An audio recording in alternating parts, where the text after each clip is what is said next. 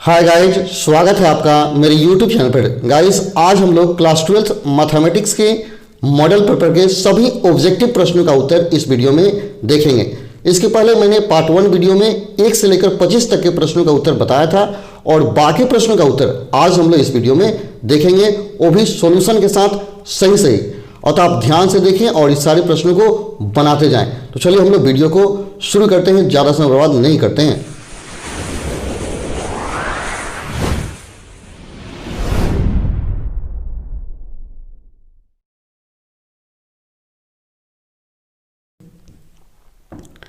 Class 12 mathematics के math के objective प्रश्नों का सॉल्यूशन हम लोग इसमें देख रहे हैं। तो मैं 25 तक आपको आंसर बता चुका था। अब इसमें देखना है 26 से। देखिए सबसे पहला 26 नंबर क्वेश्चन है, इंटीग्रेशन 0 to π/2 साइन के पावर 9x इंटू dx दिया है। तो हम क्या करेंगे, ऐसे कंडीशन में जब पावर बहुत ज़्यादा दिया रहता है तो देख लेते हैं कि फंक्शन जो है यह ओड है या इवन है, यानी विषम फलन है या सम फलन है। चेक कीजिए।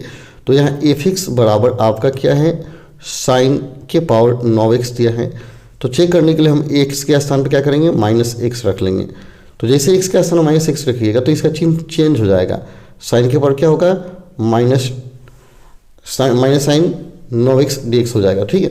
तो देखिए यहाँ चिन्ह जब बदल रहा है तो ये जो फंक्शन है यह विषम फलन है, और जब विषम फलन होता है तो उसका इंटीग्रेशन शून्य हो जाता है। ठीक है। और यही चिन्ह नहीं बदलता, अगर कॉस होता तो चिन्ह नहीं बदलता, cos minus theta cos theta हो जाता है। तो ये क्या सम फलन होता है, उसको हमें क्या करना होता है, हल करना होता है। तो याद कर जाइए कि यह क्या हो गया, विषम फलन है। तो विषम फलन है और तो इसका समाकलन क्या हो जाएगा, शून्य होगा। तो कौन सा आपका ऑप्शन सही होगा, ऑप्शन नंबर बी आपका सही है। ठीक है। अगला क्वेश्चन है, इंटीग्रेशन cos 1/2 x dx का इक्वल टू क्या होगा। देखिए तो cos का इंटीग्रेशन क्या हो जाएगा, sin x हो जाएगा, sin x/2 होगा। लेकिन x के गुणांक से डिवाइड करेंगे तो बटा क्या करेंगे, 1/2। तो ये 2 पर चला जाएगा तो 2 sin x/2 आपका आंसर होगा, 2 sin x/2। तो कौन सा ऑप्शन है देख लीजिए, 2 sin x/2 option number B दिया गया है, आपका बी सही है। ठीक है। अगला इंटीग्रेशन x⁻1 बटा x² प्लस x प्लस 1, इसका इंटीग्रेशन निकालना है। तो आप क्या कीजिए, x⁻1 यहाँ 1 का भी आप क्यू कर सकते हैं। ठीक है। तो a⁻b फॉर्मूला होता है a minus B a² plus ab आप प्लस b²। ठीक है। इस पर हम क्या करेंगे, जो अंश है ऊपर वाला है उसको इस सूत्र पर रख लेंगे। तो क्या होगा, x-1 ऊपर आ जाएगा इंटू a² यानी x² आ जाएगा प्लस ab यानी x आएगा प्लस 1, अब बटा हो गया x² प्लस x प्लस 1। देखिए इससे क्या होगा, कट जाएगा, कैंसिल हो जाएगा। तो बचेगा x-1 सिर्फ बचेंगे। तो आ गया आपका इंटीग्रेशन x-1 इंटू dx हुआ। ठीक है। और x का इंटीग्रेशन क्या हो गया, x²/2 और -1 का इंटीग्रेशन हो गया x प्लस c। तो x/2 minus x plus c। तो कौन सा है आंसर आपका, x/2 माइनस x प्लस सी, यानी ऑप्शन नंबर आपका डी सही है। ठीक है। सी या के कोई भी कांस्टेंट राशि आप ऐड कर सकते हैं। अगला क्वेश्चन, यदि ये बराबर xy, इस समुच्च पर कितनी द्विचर संक्रियाएं परिभाषित हो सकती है। देखिए यहाँ ए बराबर xy दिया गया है तो नंबर ऑफ ए निकाल लेंगे। नंबर ऑफ ए कितना हो जाएगा आपका, 2 हो जाएगा। ठीक है।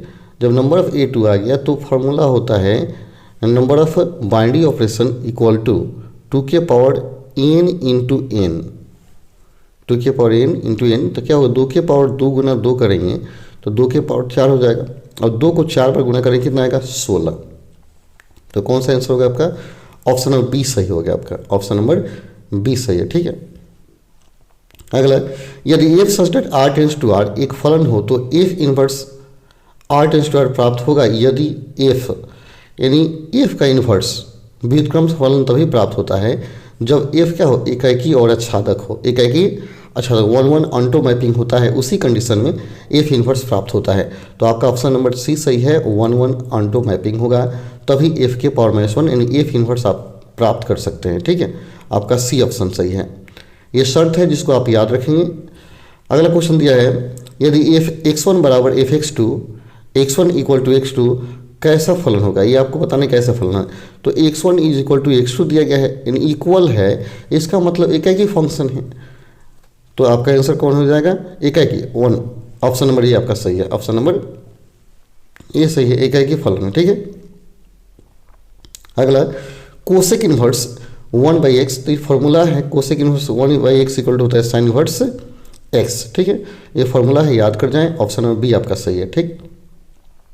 अगला है sine inverse x minus cos inverse minus x equal to क्या होगा। तो इसको थोड़ा सा हल कर लेंगे। यहाँ साइन इनवर्स x दिया गया है और कॉस इनवर्स माइनस x है, इसको चेंज कर देंगे तो हो जाएगा pi minus cos inverse x हो जाएगा, ठीक है। यहाँ फॉर्मूला याद रखिए, cos inverse minus x equal to होता है pi minus cos inverse x, तो वही मैंने रख दिया। तो जैसे आप रखेंगे, देखिए यहाँ मैंने क्या रखा, sign inverse x minus pi minus कर दिया मैंने कॉस इनवर्स x, माइनस हटाने के लिए। कोस जैसे हटाएंगे तो क्या आएगा, साइन इनवर्स x, ये प्लस हो जाएगा कॉस इनवर्स x माइनस हो जाएगा पाई। तो इसका मान क्या होता है, पाई/2। तो पाई/2 माइनस क्या हो गया, पाई, यानी आ गया आपका कितना, पाई/2 माइनस पाई। तो पाई में से इसको सब्सट्रैक्ट करेंगे तो माइनस पाई/2 आएगा। तो आपका आंसर कौन हो जाएगा, माइनस पाई/2। ऑप्शन नंबर बी आपका सही है, ठीक है। अगला tan inverse x/y plus cot inverse x/y equal to क्या होगा। तो tan inverse x plus cot inverse x दोनों इक्वल है, बराबर हैं, तो इसका मान क्या होगा, पाई/2। फार्मूला, ये फार्मूला है, ये ऑप्शन नंबर ए आपका सही है। यानी tan inverse x plus cot inverse x equal to पाई/2 होता है। ऑप्शन नंबर ए आपका सही है, ठीक है। अगला 35 है, tan inverse 1/2 plus tan inverse 1/3 equal to क्या होगा। इसको हल कर लीजिए। तो इतना इक्वल टू आप लिख सकते हैं tan inverse a plus B होता है ना, बटा 1 माइनस a गुना b। तो इसको हल करेंगे तो ये क्या होगा, 2 और 3 का एलसीएम लेंगे तो 6 हो जाएगा एलसीएम, तो 5/6 आएगा। यहाँ पर भी 5/6 आएगा, यानी 5/6 से 5/6 कैंसिल होगा तो टेन इनवर्स आ जाएगा 1। तो 1 कितने का मान है, पाई/4 का मान है। हल करके देखें, इसका सोल्यूशन आएगा टेन इनवर्स 1 आएगा। तो टेन इनवर्स 1 अर्थात पाई/4। कौन सा ऑप्शन सही है आपका, देख लीजिए, पाई/4 किस में दिया, ऑप्शन नंबर बी में दिया है, और तो आपका ऑप्शन नंबर बी सही है, ठीक है। अगला x का मान होगा जब, यानी आपको पता नहीं x का मान क्या होगा। इसमें x का तो आप क्या करेंगे, इसको क्रॉस गुना करेंगे, x में x से इस तरह गुना करेंगे, गुना करके देख लीजिए, क्रॉस मल्टीप्लाई, यानी पहले इस तरह गुना करते हैं, फिर क्या करते हैं, ऐसे गुना करते हैं, ठीक है। तो x में x से गुना किए तो x² माइनस 7x बराबर क्या हो गया, -10 हो गया। तो x² माइनस 7x प्लस 10 बराबर 0। फैक्टर कर लेंगे, x में 7x प्लस 10 हो गया। इसका जैसे फैक्टर कीजिएगा तो होगा x² minus 2x minus 5x plus 10 बराबर 0। कॉमन लेंगे तो x माइनस 2 बचेगा, यहाँ 5 कॉमन लेंगे तो x माइनस क्या होगा, 2 बचेगा। तो ये x minus 2 into x minus क्या होगा, 5, यानी 2 और 5 आपका सोल्यूशन हो जाएगा, 2 एंड 5। ऑप्शन नंबर ए आपका सही हो जाएगा, ठीक है। अगला क्वेश्चन है, किसी सारणिक जिसकी कोई दो स्तंभ समान हो का मान क्या होता है। यानी किसी भी सारणी का यदि दो स्तंभ या दो पंक्ति आपस में बराबर हो तो उसका मान 0 होता है। यह सारणी का प्रॉपर्टीज है, डिटरमिनेंट्स का प्रॉपर्टीज है। किसी भी डिटरमिनेंट्स के 2 रो या 2 कॉलम अगर समान है, इक्वल हैं, तो उसका वैल्यू 0 होता है। तो ऑप्शन सी सही है। इस प्रॉपर्टीज को याद कर जाएंगे। 38 है, यदि ABC समानांतर श्रेणी में हो तो इसका वैल्यू क्या होगा। तो देखिए यहाँ आप रो को ध्यान से देखिए, C1 R1 R2 R3 को देखेंगे ध्यान से तो आपको पता चलेगा कि हम क्या करते हैं, R1 प्लस R3 कर देते हैं, R1 plus R3 minus 2R2, R1 R3 को जोड़कर और R2 में 2 से गुना करके घटा लेते हैं तो सब 0 आएगा। देखिए 2x प्लस 2x क्या होगा, 4x प्लस 1 और 3 क्या होगा, 4 हो जाएगा, 4x प्लस 4। और इसमें हम 2 से मल्टीप्लाई करेंगे तो 4x प्लस 4 होगा, और फिर घटा लेंगे, यानी R1 plus R3 minus 2R2 करेंगे तो उसमें दोनों अवयव क्या होंगे, ऊपर 0 प्राप्त हो जाएंगे। और वहाँ पर भी क्या आएगा, 0 प्लस आ जाएगा A plus C minus 2B आएगा, ठीक है।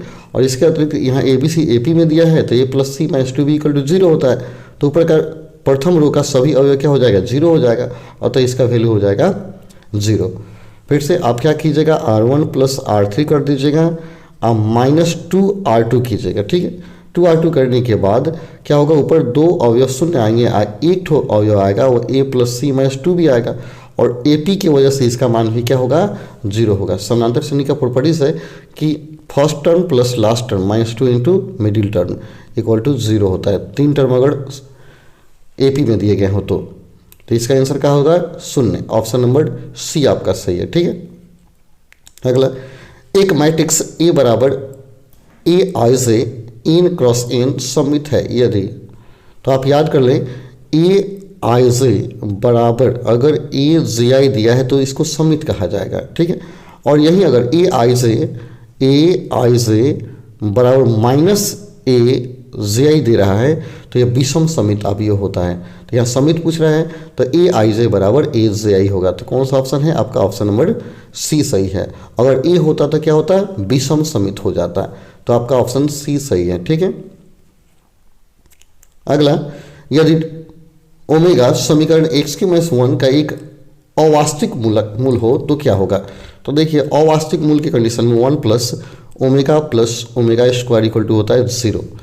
तो हम इसमें क्या करेंगे, यहाँ अगर इसको जब सॉल्व करेंगे तो C1 plus C2 plus C3 कर दीजिए, तीनों को ऐड कीजिए तो प्रथम कॉलम में आएगा, इसी टर्म में आ जाएगा तीनों 1 प्लस ओमेगा स्क्वायर।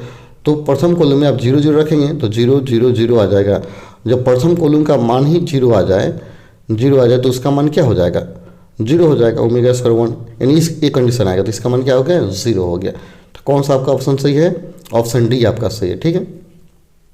अगला, यदि ये बराबर 1 2 3 4 5 6 तो ए डैश क्या होगा? डैश कैसे निकालते हैं? कॉलम को रो में या रो को कॉलम में बदल देते हैं। तो ए डैश का मान हो जाएगा 1 2 3 4 5 6, इस तरह आप लिखेंगे। तो कौन सा ऑप्शन है? ऑप्शन नंबर डी आपका सही है, ऑप्शन डी सही है, ये डी आपका सही हो जाएगा। अगला क्वेश्चन देखते हैं। एक अवयव में 4 पंक्तियां और प्रत्येक पंक्ति में 3 अवयव हैं, तो इस अवयव का क्रम क्या होगा? पंक्ति का एगो है 4 को, तो पहले 4 लिखेंगे। अवयव कितने हैं? 3 को, तो क्या हो गया? 3 हो गया। यानी 3 अवयव का मतलब 3 इसमें क्या होगा? कॉलम हो जाएगा, ठीक है। तो इसका ऑर्डर हो जाएगा 4 into 3 number of row into number of column is equal to क्या हो जाएगा? इसका ऑर्डर हो जाएगा। तो 4 इंटू 3 कौन सा ऑप्शन है? ऑप्शन नंबर ए आपका सही है, ठीक। अगला, यदि ए बराबर इतना तो ए स्क्वायर का मान क्या होगा? तो देखिए अगर सब कुछ ए 1 1 1 दिया गया हो और ए स्क्वायर पूछ रहा है तो सब ऐड हो जाता है, यानी 3a के बराबर होगा। अब मल्टीप्लाई करके देखेंगे, ए स्क्वायर का मतलब क्या? ए गुना ए करेंगे कीजिएगा तो 1 प्लस 1 प्लस सब ऐड होगा। अब गुना करके देख लेंगे, यानी 3a के बराबर, यानी सब 3 3 आएगा, ठीक है, सब 3 3 आएगा। तो 3 आप कॉमन ले लीजिएगा, कॉमन लीजिएगा 3 इंटू क्या होगा? ए होगा, जो कि ऑप्शन नंबर सी आपका सही होगा, ठीक है। अगर यही क्या होता ये ऑर्डर 2 इंटू 2 का दिया होता तो 2 हो जाएगा, ऑर्डर 4 इंटू 4 का होता तो 4 हो जाता, ठीक है। तो ऑर्डर यहाँ 3 इंटू 3 का है अतः 3 होगा, ऑप्शन सी सही है। 44, ए बराबर 1 2 4 3 तो क्या? तो देखिए यहाँ हम पहले इसका मोड निकाल कर देखेंगे।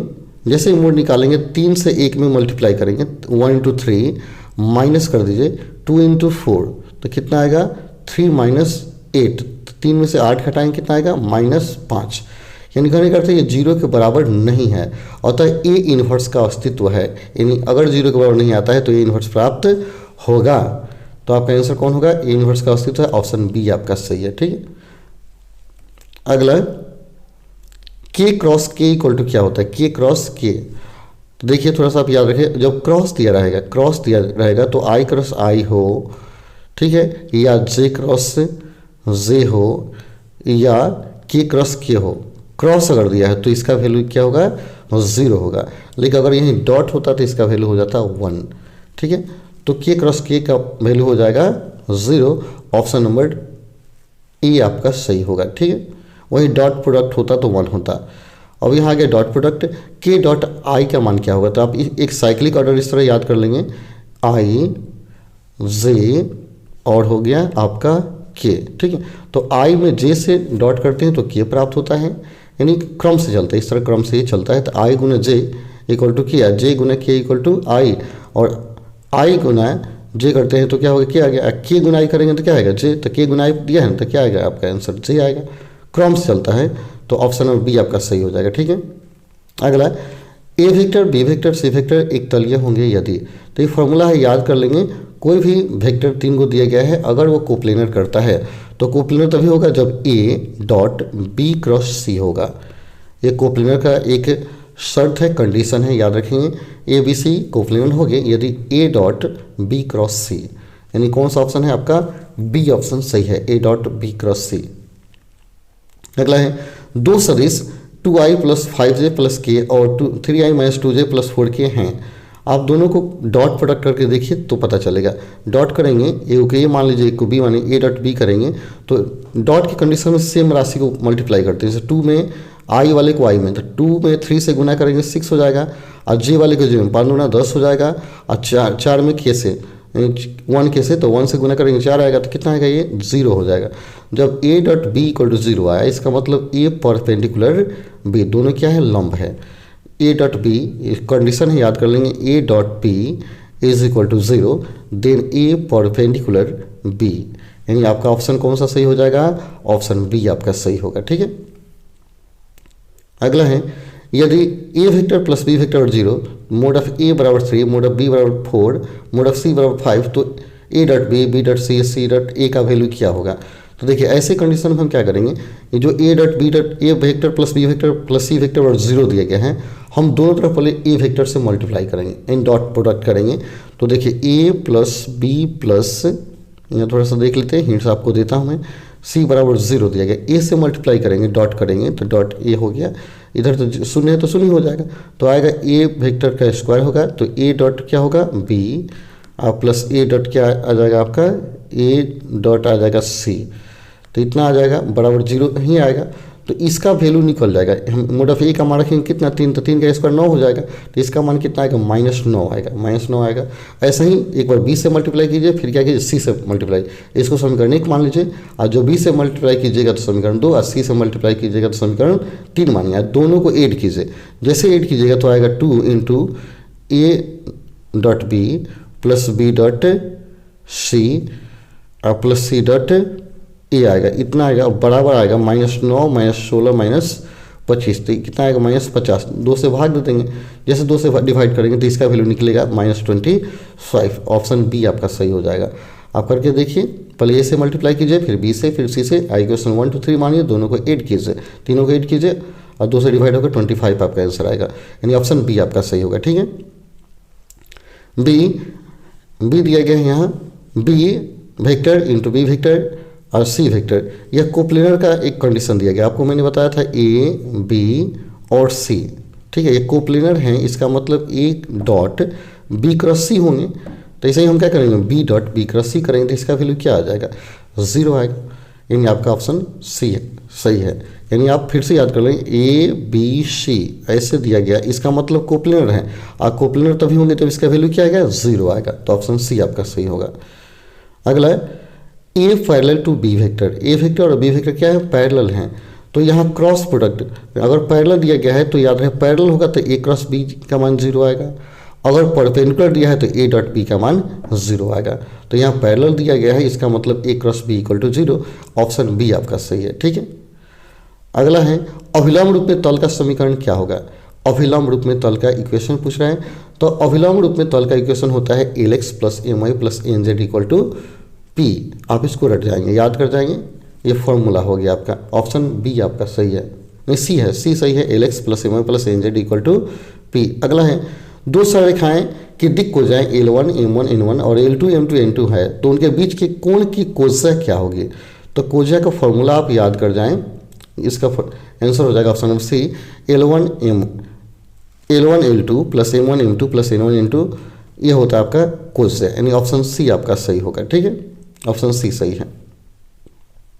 अगला एक्स अक्ष की दिक् कोज्या क्या होती है, तो ये बार बार क्वेश्चन परीक्षा में पूछा जाता है। अगर एक्स अक्ष का कहेगा तो 1 0 0 करेंगे, और वाई अक्ष का कहेगा तो 0 1 0 करेंगे, अगर जेड अक्ष का कहेगा तो 0 0 1 कहेंगे। तो यहाँ एक्स अक्ष का पूछ रहा है तो क्या होगा 1 0 0, ऑप्शन बी आपका सही हो जाएगा। ठीक है, अगला क्वेश्चन है किसी त्रिभुज के शीर्ष 5 - 2 4 1 0 1 2 - 3 4 है तो त्रिभुज होगा। तो देखिए ऐसे कंडीशन में क्या कीजिए, त्रिभुज एक बना दीजिएगा, ABC लिख देंगे। ठीक है, और प्रत्येक भुजा की लंबाई निकालेंगे, और लंबाई निकालने का आसान तरीका है, जैसे ये पहला ए है, दूसरा बी है, तीसरा क्या है सी है। अब ए से बी में से घटाइए, तो ए और बी को घटाएंगे तो 5 में से एक क्या बचेगा 4, फिर 2 में से 0 घटाएंगे -2 ही रहा, और 4 में से एक क्या होगा 3, तो AB का मान निकल जाएगा। इसका स्क्वायर कर लेंगे, कितना आएगा 16 + 4 प्लस 9, 16 4 16 4 20 9 29, यानी ए बी का हो जाएगा लंबाई 29 हो गया। उस तरह बी और सी को घटाइए, तो बी और सी को घटाएंगे तो 1 में से 2 घटाएंगे क्या होगा, -1 बचेगा, फिर 3 बचेगा, फिर हो गया 3, फिर स्क्वायर कीजिए 9, तो इसका स्क्वायर 1, 3 का स्क्वायर 9, फिर 3 का स्क्वायर 9, 9 में 18 और 1 क्या हो गया 19 हो गया, यानी बी सी का लंबाई हो गया 19। फिर ए और सी को घटाइए, ए और सी को घटाइएगा सब स्क्वायर के रूप में, ठीक है, स्क्वायर में नहीं किया है। ए और सी को घटाएंगे तो 5 में से 2 गया 3 बचेगा, और 2 में से 3 घटाएंगे तो 1 बचेगा, और 4 में से आएगा 0, तो 1 और 0 आएगा, 3 1 0। इसका स्क्वायर करेंगे तो क्या होगा 9 + 1 10 आ गया, तो इसका वैल्यू हो गया 10। तो देखिए बी सी और ए बी को ए सी को जोड़ रहे हैं तो ए सी ए बी के बराबर आ रहा है, तो यहाँ आ गया ए बी स्क्वायर बराबर 29 था, बी सी स्क्वायर बराबर कितना था 19 था, और ए सी स्क्वायर बराबर कितना आया था 10 आया था। तो A C square plus B C square equal to क्या आ गया, ए बी स्क्वायर आ गया। तो ये क्या हो गया, समकोण त्रिभुज का शर्त है, तो समकोण त्रिभुज हो जाएगा ये। तो ऐसे बना के आप देख लीजिएगा, ठीक है। अगला है आपका ऑप्शन सी सही हो गया। P A plus P A dash equal to क्या होगा, यानी किसी घटना के घटने की प्रायिकता और नहीं घटने की प्रायिकता का योग क्या होता है 1 होता है। तो इसका ऑप्शन कौन सा हो जाएगा, इसे याद कर लें, ऑप्शन बी सही होगा। यानी किसी घटना के घटने की प्रायिकता आप जानते होंगे P E plus P E dash equal to क्या होता है 1 होता है। तो ऑप्शन आपका बी सही है, ठीक है। अगला दिया है 1 माइनस probability of A dash intersection B dash. तो देखिए इसको हम क्या करेंगे, इसको थोड़ा सॉल्व करेंगे। 1 माइनस probability of A union B का होल डैश कर देंगे, ठीक है। जब होल डैश करेंगे तो इसका मान क्या आएगा, probability of A union B के बराबर होगा। तो कौन सा ऑप्शन सही होगा आपका, probability of A union B, यानी ऑप्शन नंबर डी आपका सही है, ऑप्शन डी सही है, ठीक है। अगला, यदि ए और बी दो घटनाएं इस प्रकार हो कि probability of A equal to 0.2 और बी इक्वल टू 0.6, तो probability of A union B plus probability of A intersection B, तो इसका वैल्यू होता है P A plus P B के बराबर, ठीक है। इसको याद कर लें formula, P A plus P B, तो 0.2 प्लस 0.6 कितना आएगा आपका 0.8 हो जाएगा। तो कौन सा आंसर है 0.8, ऑप्शन नंबर सी आपका सही है। फॉर्मूला है, याद कर लें, probability of A union B plus probability of A intersection B equal to होता है P A plus P B, probability of B plus probability of A, option C आपका सही हो गया। 59 देख रहे हैं, 2 पासे के फेंक में जोड़ा पाने की प्रायिकता, जोड़ा यानी जोड़ा कहने का 2 पासे को फेंकेंगे तो 1 1 आना चाहिए, फिर 2 2 आना चाहिए, 3 3, तो जोड़ा कितना अंक आएगा 6 आएगा, 6 तक, ठीक है। टोटल 2 पासे को फेंकने पर टोटल क्या होगा, सिंपल स्पेस में अवयव होंगे 36 होंगे, तो 6/36 होगा, कितना आएगा 1/6 आपका आंसर होगा, 1/6, ऑप्शन नंबर बी आपका सही हो जाएगा, ठीक है, बी सही है। फिर करता है व्यवरोध x + y is less than equal to 6, 0 is greater equal to x is greater equal to 0, y is greater than 0 के अंतर्गत उद्देश्य फलन इतना का न्यूनतम मान।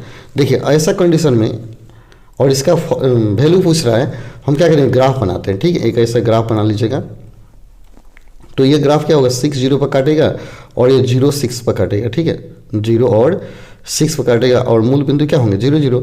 इन तीनों मान को हम इसमें उद्देश्य फलन में रखते हैं और देखते हैं कि न्यूनतम मान कितना आता है और मैक्सिमम वैल्यू कितना आ रहा है। तो जब 0 0 रखेंगे तो वैल्यू कितना आएगा 0 आएगा, 0 6 रखेंगे तो 12 आ जाएगा, तो मैक्सिमम वैल्यू 12 होगा और मिनिमम वैल्यू 0 होगा, तो आपका आंसर होगा डी, ठीक है। अगला, जिस क्वेश्चन पे आपको डाउट हो रहा हो या जो समझ में नहीं आएगा आप कमेंट में बताइएगा, हम आपको बताएंगे, ठीक है। आप ध्यान से बनाइए और इसको खाली आंसर मत रटिए, हल कीजिए। तो आपका आंसर डी हो गया। 61 है, आई क्रॉस जे क्रॉस के का वैल्यू क्या होगा। तो देखिए अभी मैंने बताया था, इस साइक्लिक ऑर्डर मैंने बताया था आई, फिर क्या होता है जे और फिर आता है के। तो यहाँ दिया है जे क्रॉस के, तो जे में के से जब गुना कीजिएगा जे क्रॉस के तो क्या आ जाएगा आई आएगा, यानी आगे बढ़ते जाता है जे क्रॉस के इक्वल टू आई, तो इसका वैल्यू हो जाएगा आई। तो आई क्रॉस क्या हो गया आई क्रॉस आई इक्वल टू क्या हो जाएगा 0 हो जाएगा। कौन सा ऑप्शन है, ऑप्शन आपका डी सही है। फिर कहता है 10 inverse x plus 10 inverse y, तो फॉर्मूला है 10 inverse x plus 10 inverse y equal 10 inverse x plus y बटा 1 माइनस xy, यानी ऑप्शन नंबर ए आपका सही है, x प्लस y बटा 1 माइनस xy, ऑप्शन ए आपका सही है। 63 दिया है cot inverse 1/x plus 10 inverse 1/x, तो ये भी फॉर्मूला दिया है π/2 होता है, यानी cot inverse x plus 10 inverse x equal to π/2, option B आपका सही हो गया, ठीक है। फिर 64 देखिए cos inverse 1 minus x square बटा 1 plus x y equal to होता है 2 tan इनवर्स x, ये फॉर्मूला है 2 tan inverse x, option C आपका सही हो जाएगा। इस सूत्र को याद कर लेंगे, 65 दिया है, साइन वर्स -1/2, तो -1/2 साइन में कितने डिग्री का मान है, साइन 30 डिग्री का मान है, -1/2 तो क्या होगा -π/6 हो जाएगा, यानी ऑप्शन बी आपका सही हो जाएगा, ऑप्शन बी सही है। 66 cot tan inverse alpha plus tan cot inverse alpha, तो क्या हो जाएगा, ये कॉट अभी इसको बताया क्या π/2 होता है, तो कॉट 90 का मान क्या होगा 0, कॉट 90 का मान होता है 0, ऑप्शन बी आपका सही हो जाएगा। अगला साइन इंटू साइन वर्स 1/2, तो देखिए हम साइन को साइन ही छोड़ देंगे और साइन 1/2 का मान क्या होता है π/6 होता है, 37 का वैल्यू, तो 37 का वैल्यू क्या होता है 1/2, ऑप्शन सी आपका सही हो जाएगा। 68 है 3dx, तो 3 बाहर ले लेंगे, इंटीग्रेशन dx होगा इक्वल टू, तो dx का इंटीग्रेशन क्या होता है x होता है प्लस c, तो 3x प्लस सी आपका आंसर होगा। 3x प्लस सी कौन है, सी ऑप्शन है, सी कहिए या k कहिए जो भी कहेंगे, कोई कांस्टेंट राशि आप ऐड कर सकते हैं। यहाँ integration a to b x का 5 dx दिया है, तो x का क्या होगा 6/6 हो जाएगा, 0 to a टू b दिया, a टू b दिया ना, तो हम b रखेंगे तो b के पावर 6 माइनस a के पावर 6 बटा 6, तो कौन सा हो जाएगा ऑप्शन नंबर बी आपका सही है, ऑप्शन बी सही हो गया, b के पावर 6 माइनस a के पावर 6 बटा 6 हो गया। ठीक है, 70 दिया है 0 to 16 dx/रूट x दिया है, तो इसका इंटीग्रेशन करेंगे तो 1/√x का इंटीग्रेशन क्या होता है 2√x होता है, केवल वैल्यू रखिए 0 to 16 रखिए, तो जब 16 रखेंगे तो क्या आ जाएगा 4 आ जाएगा, 2 × 4 यानी कितना आ गया आपका 8 आ गया आंसर, कौन सा ऑप्शन सही होगा, ऑप्शन डी आपका सही हो गया। ठीक है, अगला d sin इनवर्स x/dx, तो sin इनवर्स x का डिफरेंस होता है 1/√1 - x², कौन सा ऑप्शन है आपका, ऑप्शन नंबर बी सही है, ऑप्शन नंबर बी सही है। ठीक है, 1/√1 - x², ए में देखिए माइनस दिया हुआ है, तो बी आपका सही होगा। अगला है integration sign inverse x plus cos inverse x, तो क्या करेंगे इंटीग्रेशन, इसका मान क्या होता है π/2 होता है, तो π/2 इंटू dx हो गया, π/2 बाहर आ जाएगा, dx का x हो जाएगा, तो π/2 इंटू एक्स, π/2 इंटू एक्स कौन सा होगा, ऑप्शन नंबर डी आपका सही है, ऑप्शन डी सही हो गया। ठीक है, अगला यदि a बराबर इतना जहाँ i = √(-1) तो a² का वैल्यू क्या होगा, तो देखिए ऐसे कंडीशन में क्या विकर्णवत जो अवयव दिए हैं उसका स्क्वायर हो जाता है, तो a का जो वैल्यू होगा a² का वैल्यू आएगा वो आ जाएगा आपका कौन i² 0 i², तो i² का मान -1 रख लेंगे, तो -1 0 0 -1 होगा, -1 0 0 -1, तो कौन सा है ऑप्शन देख लीजिए, ऑप्शन बी आपका सही है, -1 0 0 -1, ऑप्शन बी सही हो गया। ठीक है, अगला यदि ये इतना तो एडजॉइंट ए पूछ रहा है, तो एडजॉइंट ए का मान जो होगा, तो हम एडजॉइंट ए निकालने के लिए पहले कोफैक्टर ले लेंगे, कोफैक्टर ले करते उसका व्युत्क्रम करेंगे तो एडजॉइंट निकलेगा, तो एडजॉइंट ए जो होगा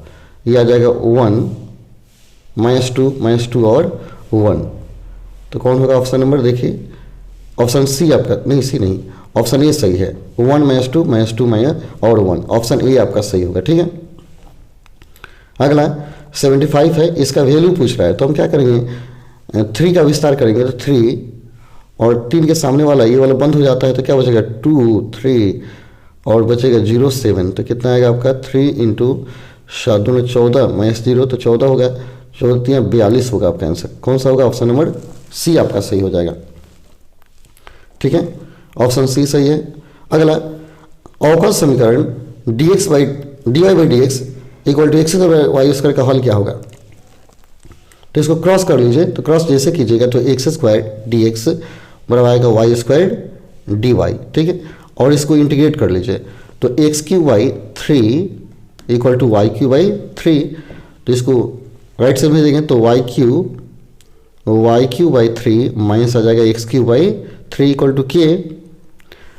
ठीक है, अब हम 3 एलसीएम लेंगे तो y³ minus x³ equal to क्या होगा 3k कांस्टेंट हो जाएगा, तो y³ माइनस x³ कौन सा आंसर होगा, ऑप्शन नंबर बी आपका सही हो जाएगा। ठीक है, अगला है d/dx tan²x, तो देखिए tan²x का डिफरेंशिएशन करेंगे तो 2 नीचे आएगा, तो 2 tan x होगा, फिर 10 का डिफरेंशिएशन क्या होता है sec² x हो जाएगा, 2 tan x into sec² x, option D आपका सही हो जाएगा, सिंपल है। 78 है d² एंड सेकेंड डिफरेंशिएशन करना है, इसको सेकेंड डिफरेंशिएशन करना है, तो हम क्या करेंगे, इसको सबसे पहले x² का x4 का डिफरेंशिएशन करेंगे तो क्या होगा 4x³ हो जाएगा, और फिर इसका डिफरेंशिएशन करेंगे तो 4 इंटू 3x² यानी 12x² होगा आंसर आपका, 12x²। यानी कौन सा है? ऑप्शन नंबर सी आपका सही है। डबल डिफरेंस दिया है, 79 है, 0 to 1 x⁻8, तो x⁻8 है, क्या होगा? x⁻9/9 हो जाएगा। अब यहाँ 0 to 1 दिया है, 1 रखेंगे तो 1 क्या आएगा? 9 आएगा, 1/9। कौन सा ऑप्शन है? ऑप्शन नंबर सी आपका सही हो गया, 1/9। ठीक है। 80 है, d/dx sec x, तो sec x का डिफरेंशियल क्या होता है? sec x into cot 10x होता है। ऑप्शन सी आपका सही हो गया, ऑप्शन सी सही है। चलिए, वीडियो बहुत लंबा हो जा रहा है, तब तक हम लोग इतना ही रहने देते हैं। इतना पहले पढ़िए, बाकी क्वेश्चन हम कल के वीडियो में आपको बता देंगे। तब तक के लिए धन्यवाद। जय हिंद, जय भारत।